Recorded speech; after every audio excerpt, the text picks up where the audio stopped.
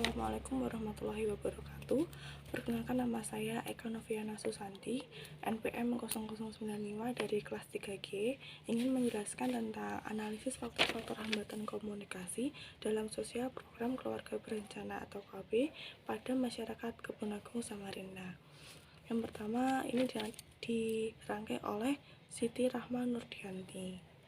Komunikasi adalah prasyarat kehidupan manusia yang guna terciptanya untuk interaksi atau hubungan antar manusia, baik secara per orang, kelompok maupun organisasi. Tindakan komunikasi sendiri itu dapat dilakukan dengan berbagai cara, secara verbal maupun non-verbal, secara langsung maupun non langsung. Komunikasi sendiri bisa membuat manusia mengetahui kejadian-kejadian atau dapat belajar dari pengalaman atau kejadian yang telah lampau dengan menggunakan informasi yang telah mereka dapatkan dari lingkungannya. Komunikasi sendiri juga memiliki sifat persuasif, artinya dapat mempengaruhi orang lain. Sifat persuasif ini diawali dengan menanamkan pengertian, membentuk dan mengubah sikap sehingga bisa menumbuhkan hubungan baik. Selain itu juga dapat mempengaruhi perilaku manusia, contohnya yaitu sosialisasi. Sosialisasi itu dapat mempengaruhi bahkan merubah sikap seorang manusia. Sebagai contohnya yaitu sosialisasi program KB ini. Program KB yang dilaksanakan di lingkungan masyarakat Kebun Agung Samarinda. Dalam perjalanannya, sosialisasi program KB di daerah Kebun Agung Samarinda ini terjadi beberapa kendala atau hambatan, yaitu banyaknya dari masyarakat yang sulit menerima atau mencerna isi atau pesan-pesan yang disampaikan oleh komunikator oleh pihak BKBKS. Hal ini mengakibatkan kurangnya jumlah dari perempuan yang ikut serta dalam penyuluhan tentang program ini. Hambatan komunikasi itu apa saja? Yaitu ada hambatan dari pengirim pesan, yang kedua adalah hambatan dalam penyandian, yang ketiga hambatan media, yang keempat adalah hambatan dalam bahasa sandi, dan yang terakhir yaitu hambatan dari penerima pesan itu sendiri. Hambatan psikologis atau komunikator itu masih trauma karena tertimpa suatu musibah atau bencana alam dahulunya. Sedangkan hambatan psikologis ini karena dilakukan secara langsung, maka komunikan harus memperhatikan situasi ketika komunikasi dilangsungkan, terutama situasi yang berhubungan dengan sosiologis, antropologis, dan fisiologis. Yang selanjutnya yaitu hambatan sematik. Hambatan ini terjadi di pihak komunikator sebagai alat untuk menyalurkan pikiran, perasaan kepada komunikan, yaitu agar tidak terjadinya miskomunikasi nantinya. Yang selanjutnya yaitu hambatan mekanis.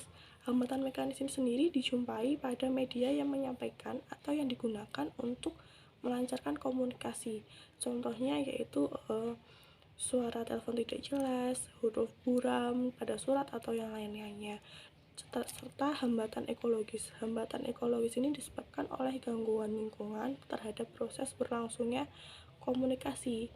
Jadi datanya dari lingkungan itu sendiri dan tidak dapat diprediksi. Contohnya yaitu suara riuh orang-orang, kebisingan lalu lintas, suara hujan atau petir, dan yang lain-lain. Selanjutnya, sosialisasi ini merupakan proses interaksi sosial melalui bagaimana kita mengenal tata cara berpikir, berperasaan, dan berperilaku, sehingga dapat berperan secara efektif dalam masyarakat. Tipe sosialisasinya ada dua, yaitu formal dan informal. Yang formal sendiri contohnya itu pendidikan di sekolah, pendidikan militer, dan sebagainya. Dan tentunya yang sosialisasi informal yaitu antara teman, sahabat, sama anggota, sesama organisasi, dan sebagainya. Dari hasil ini dipaparkan adanya hambatan psikologis, hambatan eksiologis atau fisik, hambatan antropologis atau semantik. Dengan penjabarannya yaitu hambatan psikologis terlihat pada seorang ibu yang mempunyai seseorang teman yang memiliki pengalaman kurang baik, sehingga menyebabkan teman memiliki ketakutan sendiri karena adanya beberapa hambatan yang terjadi di atas tadi. Hal itu diperkuat dengan pengalamannya sebagai pengguna alat kontrasepsi, tetapi tidak mendapatkan hasil yang diharapkan, sehingga hal ini justru menambah rasa kecewa pada dirinya tidak berujung. Yang kedua yaitu hambatan ekologi atau fisik, adanya kesulitan dalam menerima pesan karena kondisi tempat yang dilaksanakan acara kurang mendukung. Sementara efek dari hujan sendiri yaitu suara yang berisik menjadikan orang-orang itu sulit menerima informasi yang disampaikan secara jelas.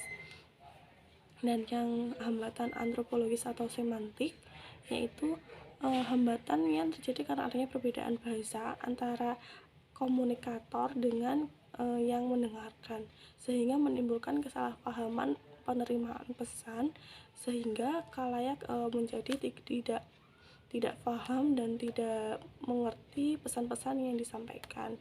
Dan di sini disebutkan bahwa ada beberapa saran, yaitu sebelum melakukan kegiatan berupa sosialisasi maka harus memahami dulu dan mengenal karakter bagaimana kebudayaan masyarakat itu sendiri sebagai tempat untuk melaksanakan sosialisasi ini, karena perbedaan masyarakat dengan komunikator ini menjadi salah satu faktor yang menjadi hambatan untuk penyuluhan ini sendiri. Sedangkan yang kedua yaitu pemilihan tempat merupakan faktor yang sangat penting dalam proses pendukung terjadinya sukses suatu kegiatan, salah satunya penyuluhan ini. Karena apa? Tempat yang bising akan membuat kita atau pihak penyelenggara dan serta pihak pendengar itu menjadi kesulitan untuk menerima karena mendapatkan hambatan dari luar, yaitu dari lingkungan. Terus yang ketiga yaitu melakukan training atau pelatihan terlebih dahulu bagi penyuluh atau komunikator, istilahnya melakukan gladi bersih ke masyarakat sebelum terjun langsung. Dan yang keempat, diharapkan penelitian ini bisa menjadikan rujukan sebelum melakukan sosialisasi atau penyuluhan sehingga hambatan-hambatan tersebut dapat diminimalisir. Sekian dari saya. Apabila ada kekurangan saya mohon maaf. Wabillahi taufiq wal hidayah. Wassalamualaikum warahmatullahi wabarakatuh.